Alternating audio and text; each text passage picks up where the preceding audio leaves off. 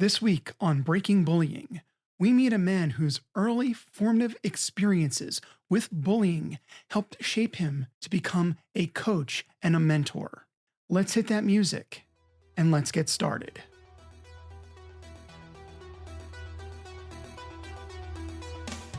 Joining us now to talk about his own childhood experiences with bullying is career coach Wazim Hajiri. Hazim, how you doing today? Hi, Bruce. How are you? Thank you so much for having me. I'm very excited today to talk about a very important topic, which is bullying. There's a lot of bullying going on all around the world. I bring a different perspective coming from another country. So I'm very excited to share my insights with you guys today, hopefully to inspire everyone that is listening, to inspire them and give them an idea on how to deal with bullying. Or maybe if parents are listening, how they can help their kids deal with that topic. Very important topics and perspectives. Again, we thank you for coming on. First of all, you have the coolest name, Wasim the Dream. Thank How you. did you come up with that? So there's an interesting story with Wasim the Dream. The night before I was born, my dad had a dream. The night before, in the dream, he saw me, not even as a baby, as a grown-up. He had a crazy vision. And he saw me as Wasim. Wasim in Arabic means handsome. I don't know. So, the second day, he went, as soon as I was born, he went it was already decided. His name will be Wasim. Fast forward to a few years ago, unfortunately, he passed away. So I wanted to honor him and always remember him in a way that he'll always be with me. So I put my LLC as Wasim the Dream after my father's dream. Now, the name is extra special for me, so I wanted to keep it going forever, pretty much. And where were you born? Where did you come from? So I was born in Jordan, in Amman, Jordan, which is in the Mediterranean, in the Middle East, close to Turkey, Syria, Lebanon, and Israel. That's the closest, these are the closest places that you can reference to. How long have you been here? It's a crazy story of how I ended up in the US, and I thank my father for this, on how I ended up here. Back in 2013, so almost a decade ago, I graduated from Jordan. I did engineering for my bachelor's, and I decided to take a 2-week trip to New York City for a vacation. The last few days, right before I was about to go back home, my father, he calls me, Wasim, what do you want to do? What's your plan? You graduated. What does life look like for you? Told him I have no idea, nothing. I'm an engineer, so I'll get some job and I'll figure it out. He said, I don't want you to come back home. Don't come home. Stay in the US and figure it out. You want to do your master's, you want to get a job, but if you come back home, you're going to get comfortable and there's not as many opportunities as obviously the USA. Keep in mind, I was on a 2-week vacation, not even planning to move here. My dad, over a few days, somehow convinced me. I canceled my way back home, and from New York, I came to San Diego to start a brand new life. How did you choose San Diego? So, as a kid, I visited San Diego, went to SeaWorld, the San Diego Zoo, and I always loved it. And you skipped Legoland? As an engineer, you skipped Legoland. No, I even did Legoland, but my favorite was SeaWorld, always. That was always very special. I love animals. I grew up on a ranch, actually. So my father and I always shared the love for animals. And, coming here, I would go see the shamus and the dolphins when I used to come over the summer vacation, just for fun. And that's how I got an idea of San Diego. But you're on our show now, which means you had experiences that were not the most conducive to well-being as a child. You were bullied. Tell us a little bit about that. How did it start? How long did it go on for? What was the experience? So I have an interesting relationship with bullying. As a kid, I was always very different. I was the shortest kid in class, chubby. So I was a clear target for everyone. And that was different. By different meaning, I actually did not like school, believe it or not. I did not like school. Engineering was a great choice then. Yeah, I know. It changed over time, but even in the younger years, I did the bare minimum just to pass. It's because of that atmosphere of bullying, which started very early on. You're talking about, so when I was probably fourth grade, so very, very young. 9, 10 years old. 10 years old, exactly. Minding my own business, some of these kids would start picking on me, making fun of me. I mentioned that I had a lunchbox, my favorite lunchbox of all time, whether that would walk around with. And my first experience was this kid came to me, started making fun of me about the lunchbox, and that was recurring more and more and more until one day I completely snapped. And I started to get into fights with that kid, with whoever other kids. It came from everywhere.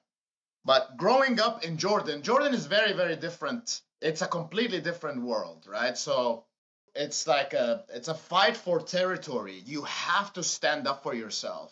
And fighting happens a lot, more frequently than here. So as a kid growing up, you learn how to fight and stand your ground. Hopefully, if your dad teaches you. Otherwise, the experience will be even more miserable. Were you taught? Yeah, I had my dad at that time. My dad told me, no matter what happens, even if you get whooped, just stand up for yourself and take a stand, because that's what winning is all about. When you stand up to that bully in the face and show them that, I'm scared, I'm smaller than you, I'm the shortest kid in class, I'm chubby, that's how you can deal with these types of people. That's how my whole journey started very, very early on in school. I'm just curious, what kind of lunchbox did you have that they pretend you? It was actually, it was a tin blue lunchbox, and I had stickers on it from, Superman, Batman, Spider-Man. I designed it myself, and I just loved that lunchbox, and I took it with me to school. It was very, very special for me, and it became my weapon, that lunchbox. So a metal lunchbox, something to give you a bit of heft. Yeah, exactly, to give me a little bit of an edge. When you started fighting back, did they begin registering you as too much of a problem, or it just became more of a verbal pushing around thing to everyday fights? So it went both ways. With some people, they backed away, but then it opened up the doors for other kids, the bigger, taller kids, to come in and play. And then as I grew into the later years, for me, even I learned more and more how to defend myself. And at the age of 17, that's when I first decided to join a gym. I'm like, I'm chubby. I don't want to be chubby anymore. I want to get stronger. So my main motivation into fitness, and I have a whole story with fitness and competing in boxing and all of these other sports, started from the frustration of bullying.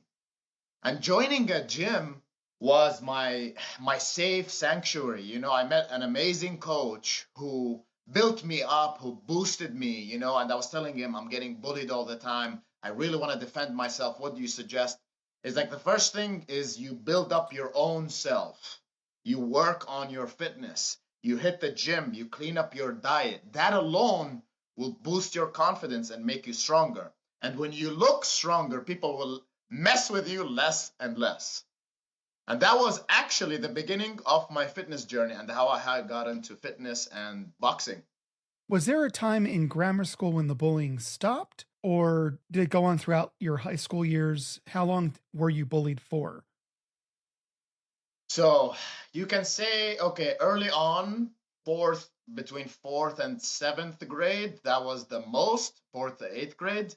And then it started to go down towards high school, around ninth grade, 10th grade.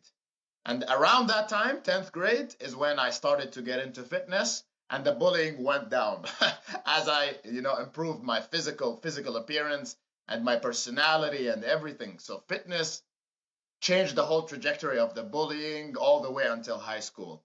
But there was also more of it on in going into my first year of college. Would you like me to hit on that, or any questions on the previous? Would we years? like you to hit on you being bullied on this show? Of course not. Why would we want that? No, okay. So yes, please tell us about your collegiate bullying, because it's nice to know that you graduated from childhood bullying into more of an adult fare. Yeah, exactly. So graduating high school for me was the happiest times of my life because I was done with all of that. Like all of these people who were really not nice, all of these guys. And I had a very small friend group, the people who were actually nice to me. They're just very, very few people. So graduating high school was like, yes, I am free. I'll never have to deal with bullying again. I'm going into college. Everyone is nicer in college. That's what I thought. But here I am, first year, first semester of college, within literally the first month even. I'll never forget it. Walking around, minding my business. But by that time, so now I'm 18, right? I grew, I got my growth spurt, so I was much, much taller. My physique improved because I was hitting the gym regularly. Overall, I was in much, much better shape than my younger years. So I had a good glow up at that time in height and everything. I was walking around, minding my own business, and right on the gate of the entrance of the university, there was a library that we went to get our books. This guy comes up to me out of nowhere, kept looking at me, staring at me. What does he want? So I minded my business, walked away. At the end of the day, as I was leaving, walking towards the library, this guy came back. It's almost as if this guy was stalking me. It was really weird. He came to me, he's like, hey, you. Like, what? What do you want? He's like, you were looking at me funny earlier. And then boom, pushed me, and then the fight, that's when the fight began. And we started fighting, and we were lucky because it was outside of the university, because we would have been both kicked out. And it was like a UFC fight. All of the kids from college ran, and it was a brawl. Me and this guy were going back and forth, punches, ripping shirts, you name it. He was bigger, taller, and stronger than me, but I gave it my all, right? For me, it does not matter. As long as I give it my best, that's a win for me, even if I lost. And that was my first experience of college with bullying. It was unfortunate. Clearly, this guy was looking for somebody, and you just happened to be the guy who caught his eye. Did it become a continuation thing, or was it like this one-time bit of weirdness and then life went on? So with college, this is the beauty of it. After I got into that fight, the news spread around the college like rain, when it's pouring rain. Everyone knew about that fight. So now I was on the map. And because I stood up to this guy, I actually earned his respect. Believe it or not, just like the Vikings, you see those movies, when they kill each other, then they hug each other and go home. And after that, everyone knew like, oh, this is the guy that fought the big guy and his crew and all of that. I actually gained their respect. And over time, me and the guy became friends. And that was my last fight and the last of my bullying in my adolescence, pretty much. All the way until I graduated, I had no other issues. I want to go back to elementary school quickly. You were bullied for that lunchbox. Were you bullied for other things too for those past 3 years besides the lunchbox? Lunchbox, my height, my weight, my look. I mean, you name it. It was just anything they can think of, in the minds of a bully, especially because, again, I'm the shortest kid in class. So these guys, a lot of them were also into sports. Soccer is the dominant sport in Jordan. Everyone plays soccer, watches soccer. So they played soccer and they're strong and big and they have strong legs. So I was an easy target, because of what I looked like and just of my look, to be honest with you. It's sad, but true, being short and chubby. And I think, guys who are like me are big targets. How did the school handle your bullying? Honestly, the school, as much as possible, they tried to help. And when I got into fights, they would call my parents. It's funny. My dad was actually on my side when the fights happened. When I told him I got in a fight, he's like, "Did you win? Did you do good?" He would actually be proud. My mom was so and so. She's like, and she would be angry. Why would you get into fights? I'm like, I wouldn't even get into fights. These guys were just bullying me. You made it sound like your dad took bets with his coworkers. Yeah. My dad was actually excited, because he wanted to instill that strength in me. Do not back down. Do not back down. You have to face these people. But the school, they did their best to go and talk to these other kids, but that even made it worse for me. "Oh, Wasim, you're a little baby. You went to tell the teachers about us." And that made things worse for me when the school knew about it. It was not good on both ways. My parents, maybe, but the school, these guys used it against me. "Oh, look at this little brat. He already told the teachers about us and the schools about us, and his mommy and daddy wanted to try to save him." And they made more fun of me from that. It's crazy. So how did that stop then? Did you just stop telling the teachers? Yeah, it really didn't stop, and until maybe they got bored, like it was a little phase, they got bored, and then I would just avoid them and try as much as possible to avoid them. But me standing up to them also partially helped. But I even sometimes dealt with when we were did group events with the older kids. Again, some of these older kids, when we were in 10th grade, some of the kids in 11th and 12th grade, sometimes I even would get into fights with them, just again because of my appearance. "Oh, this little chubby fat kid, let's go pick on that kid." So I did my best to deal with it, but yeah, that's where, because my grades suffered, I would go to school and I would be dealing with these douchebags. So I couldn't wait to go home. And home for me was, yes, freedom, away from all this crap. And then, as I mentioned, the last couple of years, it calmed down because these other older kids graduated. And a lot of the kids that were in my class left the school. So fortunately for me, the last couple of years were much, much more peaceful. 11th and 12th grade were the most peaceful for me during that time. You had mentioned you began doing fitness and boxing. Yeah. And that was motivated out of this whole bullying thing. Yes. What made you go, okay, boxing? As a kid, my dad loved Muhammad Ali. Told me about him. He showed me some documentaries and stuff about him. My dad was a big fan.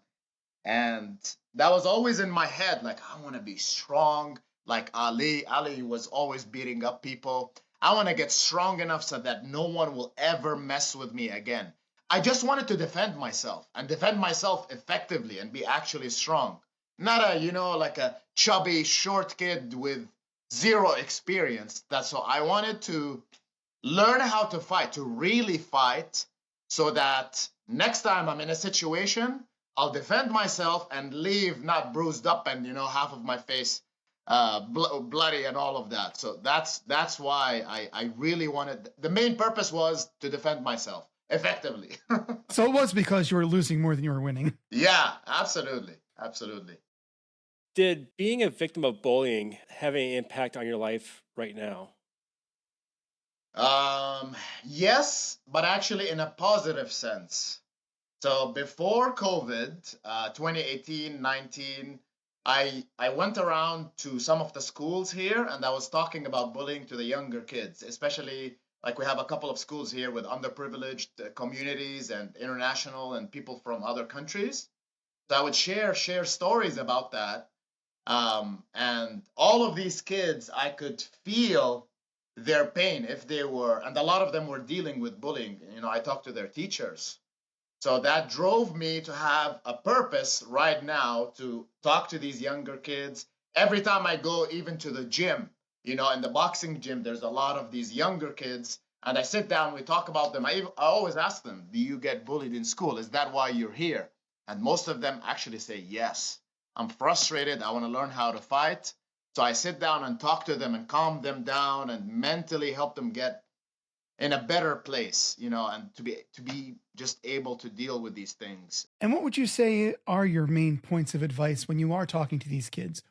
So number one, the first thing is to get into sports. Any kind of sports, mixed martial arts, soccer, football, basketball, you name it, to get physically strong. girls and guys, because I know girls, the bullying happens, girls, they bully other girls and on, and sometimes boys bully girls and all of that. There's no gender to bullying. Yeah, like all. Bullying right? goes Like, across the whole spectrum. everywhere. So to all of these young kids, number one is to get into sports, any kind of sports, because when you're physically stronger, you're more confident, there's more self-belief. And I truly love martial arts. And if you have a good martial arts instructor who will instill that type of confidence in their students, because martial arts, what is martial arts about? It's about, okay, it's learning about the fight, but in the end, you go and embrace the opponent and bow down in respect.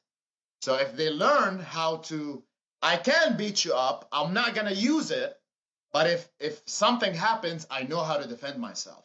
So when they're walking around with that type of confidence, the bullying will go down a lot. And if they are faced with a bully, they deal with it and they know how to defend themselves. If someone throws a punch at them, they can't run away. They have to deal with it, defend themselves, or maybe at least diffuse the situation.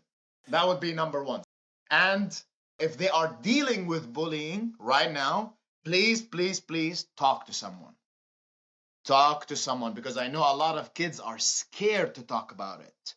Maybe in fear of disappointing their parents, or in fears of, as I mentioned before, if they told the teacher, the other kids will know about it and they'll call the kid, oh, you ratted us out.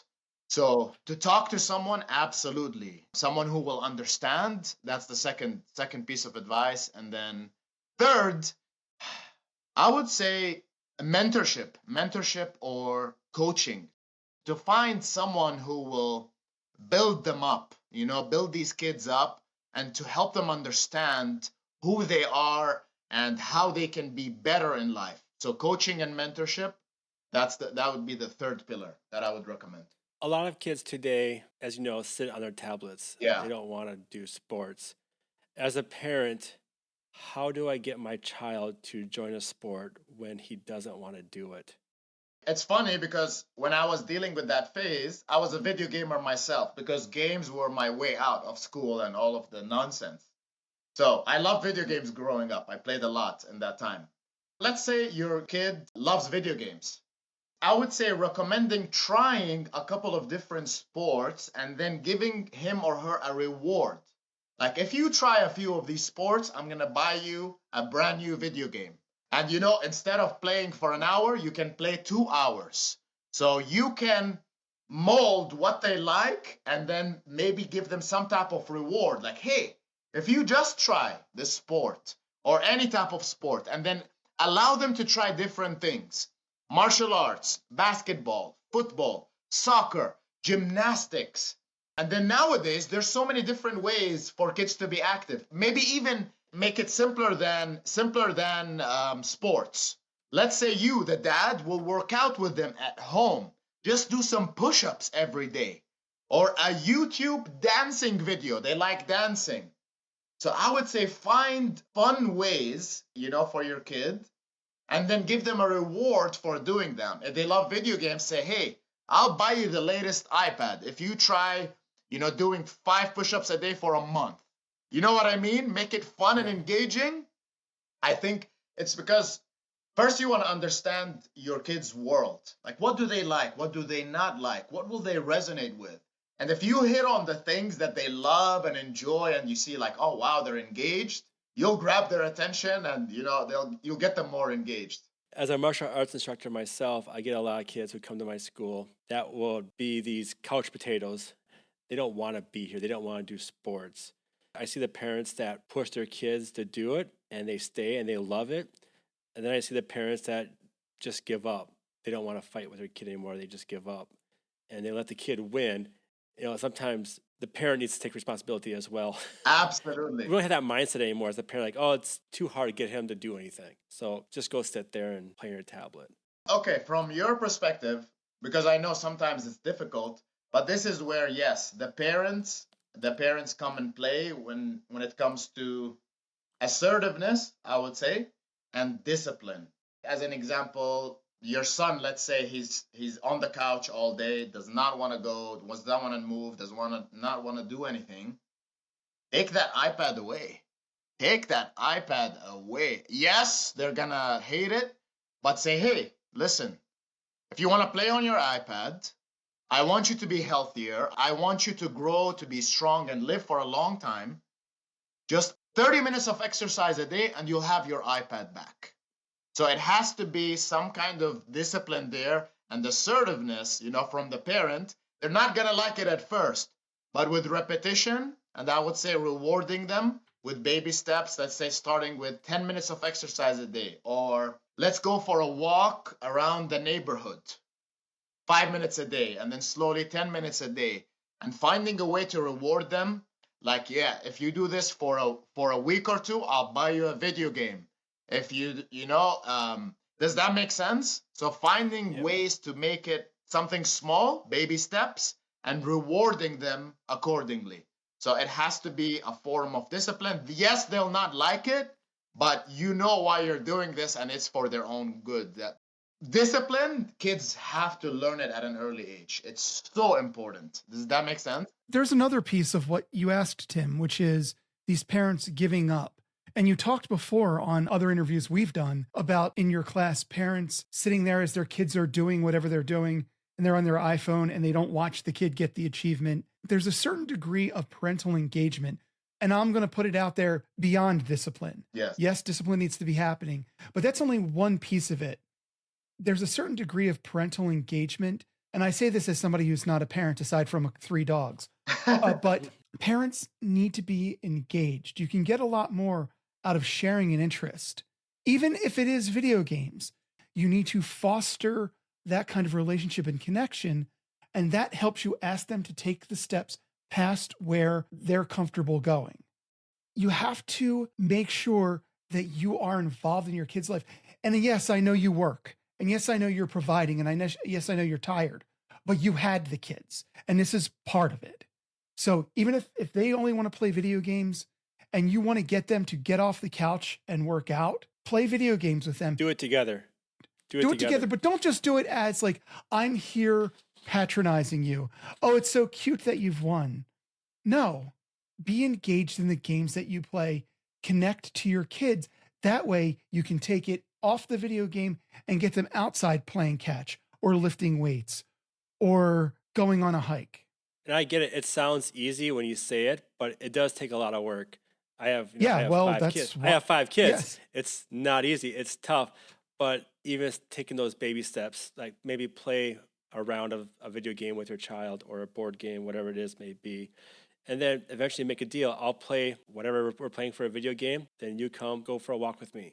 Yes. Yeah. I love what Bruce said. Spot on, right? And, it kind of, both of us hit on a point, but he explained it in a great way, which is learning their world, right, Bruce? I think that's mainly like, okay, how do they operate? What do they enjoy? Why is he playing this game? And you know something, Tim? I just thought of more ideas. Now on the Nintendo Wii, so there's a lot of games that you need physical movement, like boxing games or tennis games. Maybe play those games with them.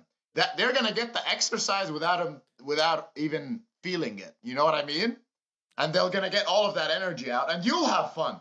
So you can get a Nintendo Wii, which is, I think, $100 or so, and play that tennis game or the boxing game. That would be a fun way for them to start exercising. They're still playing games, and then you'll have fun too. You don't need a Wii anymore to do that. The Wii Switch now has like the ankle bracelet controller. Wow. And you play soccer. You play soccer now. That's even better. And even if, let's say, they don't like the Wii, just say, hey, if you do some of these rounds with me, I like the Wii. You can tell them I enjoy playing this game. I'll buy you a PS5 game at the end of the month. Something like that. You know what I mean? Yeah. Extrinsic motivation works well for kids. That's how they respond. You don't have to spend the money to buy a game up front, but maybe give them like, every minute you spend walking outside, I give you a quarter, a nickel, and you build up to that game as well. So I don't want parents to think like, oh, I can't afford a new game every day that they buy one. But at the same time, I also want to express that we don't want our kids playing video games all the time. This is a great way to start off because, like you're saying, the team sports, that's going to develop their social skills. They're going to make friends where they're not going to get that thing at home playing video games. But it's a great way to start your child to get up, get moving, and get active. But what if we're a parent and we have a child and the child has been bullied and the child is depressed?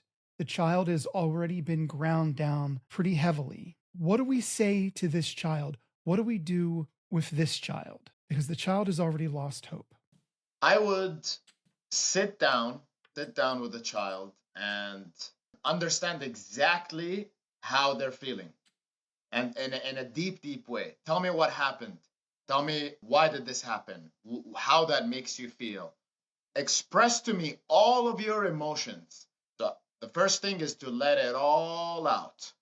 What are you scared of? It's to understand their perspective completely, because that's something I craved. When I was dealing with the same situation, I had felt that I wish I would talk to someone and be heard to explain what I'm dealing with. So the venting, that would be the first step, is to understand exactly what they're going through, all of the emotions, how scared they are, and then tell them, like, how would you like things to improve? What are the things that, if we moved you from the school, as an example, do you hate it to the point where you want me to move you from the school? So, and then asking them about options, what would they like? How would you like things to change? What would be better? I would start there. Does that make sense, Bruce? That's the starting point. Yes, does make sense. It's very important to ask those open-ended questions. Yes. And be receptive to the answers. That's the other thing about it. Be very, very receptive. Yeah. And then after that, based on what the child is saying, find solutions. Yep. Literally find solutions. That's where the parents come in. Like, this is unacceptable.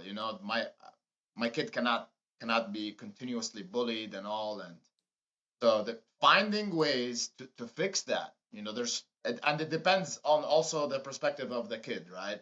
I wanted to get into fighting because that made sense to me. And it's not like my dad told me, hey, go learn fighting so that you can fight back. That came out of me. That's why I got invested in it. So we have to understand what these kids actually, need and want in their own world, because everyone is very, very different. Do you feel that fighting your bully will end bullying for most kids? Like, do we have to go that far to get our kids to stop being a target? I would say absolutely. Even if they didn't physically fight the kid, but stood up to the kid, that goes a long way in the bully's mind, and they will mess with them less and less. Because honestly, let's be real. This is how life is even when they grow up. So if the kids learn how to deal with their bullies, when you grow up, life happens. Sometimes you're going to get punched in the face from life, not a bully. How will you deal with it? Will you give up? Or will you stand up and deal with your problem head on and punch your problem in the face? You know what I mean? So absolutely, Tim, I believe that every kid that is bullied should learn how to stand up for themselves and face the bully. Even if it's not physical fighting, but in words, or just speak up. And that is solve a lot of these problems more and more. And forget about the bullies. This is extremely good for the kid to learn resilience, because when they grow up, they're going to deal with a lot of things. High school, middle school, all of that, all of these things, this is a short period of time. But if they learn to be resilient, just like dealing with a bully, the confidence or the mindset or whatever they learn, the upliftment, how to deal with these situations will benefit them heavily in the future. I completely believe in that. Yes, they should learn how to stand up for themselves, either physically or verbally. Fight back. Fight back. Yes, absolutely. And remember, kids, when we say fight back, we don't mean become a bully yourself. No, absolutely not. Yeah, exactly. Kind of like, martial arts, Tim. You know how to fight, but you control it. And you will never, ever engage a fight or go fight someone for no reason or pick on anyone. Absolutely not, because martial arts is also about respect. Bow down, respect everyone, right? Even your opponent. Let's say you're in a boxing competition. You go in the boxing competition, what we see on the TV is all marketing. But in reality, it's all about respect. You fight, you box, but in the end, you embrace. You embrace your opponent and you go embrace their team and bow down to their team. You know how it is, Tim. You made a good point there about kids learning to stand up for themselves at a young age, because you're right. When you get into the workforce, you're going to deal with a boss that's going to probably push you around. And if you let it happen, you're going to keep getting pushed around. It's not going to stop until you make it stop. When kids learn how to stand up for themselves, they are going to show up as different people. They are going to walk around with their head held high. Their posture is going to be different. Their whole energy and being will be different. So these guys, these bullies will see that and will not want to mess with them. So that's one of the other biggest benefits of our kids learning how to stand up for themselves. They will show up differently in the world. They will walk different. They have a different level of confidence, and people will see and feel that. So they will become less and less targets for these bullies. Does that make sense? Oh, yes, it does. I mean, everyone on this podcast lived that experience. Yes. Wazim, you've been very generous with your time. But in closing this out, do you have any final thoughts you'd like to impart to our audience? To everyone listening, remember these 3 things that I'm about to mention. These are the 3 biggest things that helped me in my personal and professional life. Number 1 is to have a coach or a mentor, someone that you can look up to. And it doesn't even have to be your parents, mom and dad. That has changed my life in many, many ways, because all of us need help. To anything you want to accomplish in life, it's going to be very hard if you try to do it by yourself. But if you are guided by someone that you look up to, someone that looks at you and believes in you like no other, it's going to help you throughout the rest of your life.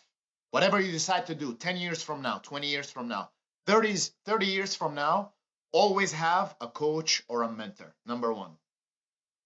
Number 2, take care of your physical health. Take care of your physical health, which means regular exercise. And it doesn't have to be the gym. Just move. 10 minutes a day, 5 minutes a day, 15 minutes a day. Just do any type of physical exercise. If it's a Wii video game, do that. If it's a walk in the park, if you're walking your dog or your cat or whatever, find a way to get physical exercise and take care of your physical health. And also, nutrition. The food that we consume. Now also both Tim and Bruce, as you guys all know, the food that we consume, what we put into our bodies, affects everything, not just physically, also mentally. So be very, very careful of the food that you eat. Stick to real foods, more healthier foods, or have a balance in what you eat. You can still eat junk food, but also eat some good foods. Balance it out. With some exercise, you will be okay. Finally, number 3, take care of your mental health. Mental health is, and now it's one of the most talked about topics ever. How can you take care of your mental health? This is what I recommend to everyone that I know.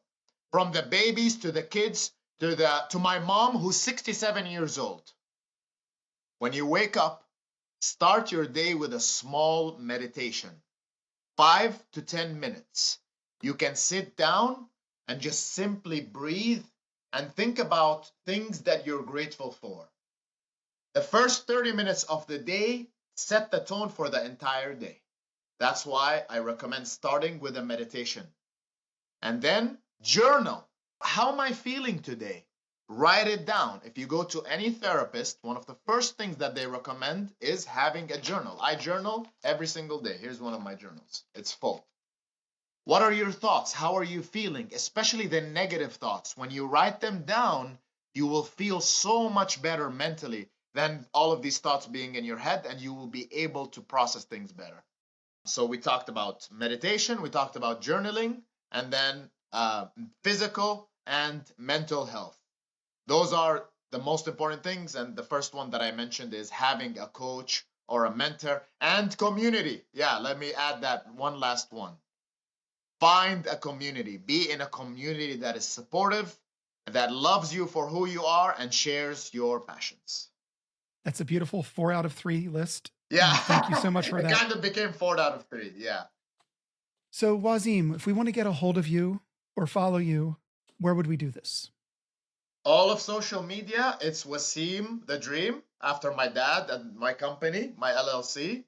And my main website is getyourdreamjob.net, because my main business and what I do is I help people land their dream job.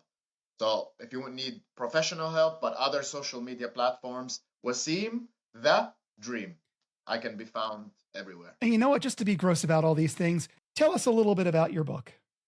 My book. Okay, so I have 2 books actually. My first book, which is actually this one, you can see in the back a little bit. It's called The Relentless Pursuit of Turning Dreams into Reality. They're all on Amazon. So my first book talks about my journey moving from Jordan to the US and starting a brand new life. That's where I talk a lot about bullying and how I dealt with bullying and the things that helped me. So for people dealing with bullying, that book will help you a lot, and especially for the younger kids and their parents even reading it. My second book is called Fulfilled: How to Land a Job That Aligns with Your Purpose. So for the people, even the young kids who are looking for a job, this book will help them navigate on, okay, what do I like? How can I find a company culture that is aligned with what I like? And how can I build a career out of it? Because nowadays, again, most people are very unhappy even with their work, and we spend most of our time working. So I wrote that book to help out the people who are unhappy with their jobs and to help them find fulfillment and happiness. Thank you so much for being with us. Thank you, Wazim. Thank you so much, Bruce and Tim. I really appreciate it. It's been a pleasure. I had a lot of fun. I really hope that everyone listening has learned at least one thing that they can apply today, and it will hopefully help them in some way. And if you want to reach out to the show, if you want to share your story with us, we would love to hear from you. If you're being bullied or if you're looking for community, and you can reach out to us at breakbullyinghere@gmail.com. And also, you can find us on Instagram at breaking_bullying. And TikTok. Wherever you're listening to this podcast, please do us a favor. Leave us a like, subscribe, rate us. We would really appreciate it. Now, if you or someone you know is experiencing bullying, there are online resources where you can get information and help. The first is the government's own anti-bullying website, and the address for that is www.stopbullying.gov. The other resource is www.pacer.org. And if you're having thoughts of self-harm, please reach out to the National Suicide Hotline at 988. I'm Tim Flynn for Bruce Noxon. Thank you for listening, and join us next week as we continue the conversation to break the silence on bullying.